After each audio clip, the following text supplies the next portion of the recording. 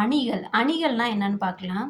முதல்ல ஒரு சதுர அணிகள் இருக்குது. சதுர அணி இருக்குது. இதை வந்து ஸ்கொயர் மேட்ரிக்ஸ்ன்னு சொல்லுவோம். இந்த சதுர அணியில் கிடைமட்டமாக இருக்கிறத நிறை அணின்னு சொல்லுவோம்.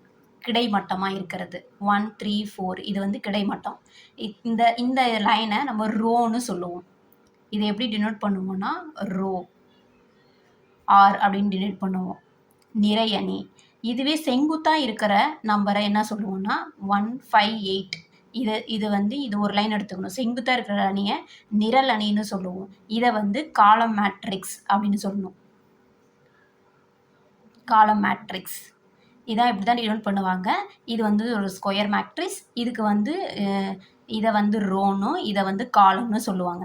இப்போ இதில் வந்து எத்தனை வந்து ரோ இருக்குது, எத்தனை வந்து காலம் இருக்குன்னு சொல்லணும். இப்போ எத்தனை ரோ இருக்குது? 1 2 3 3 ரோ இருக்குது. 1 2 3. அப்போ இது 3 ரோ. எத்தனை காலம் இருக்குது? 1 2 3 3 காலம் இருக்குது. அப்போ இது 3 x 3ன்னு டினோட் பண்ணுவோம். இதுதான் அணிகள்னால் என்னென்னா இதான். அடுத்தது நம்ம இப்போ ஒரு ரோவை எடுத்துக்கலாம். 1 1 3 4 அப்படின்ற ரோவை எடுத்துக்கலாம்.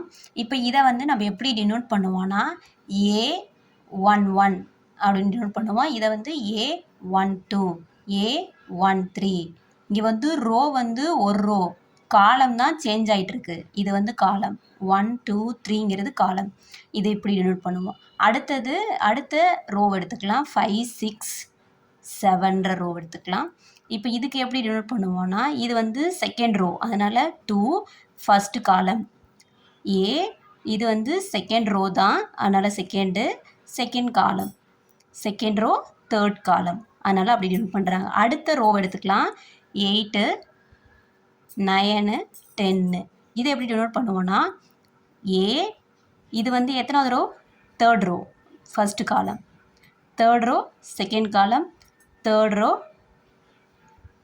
தேர்ட் காலம்.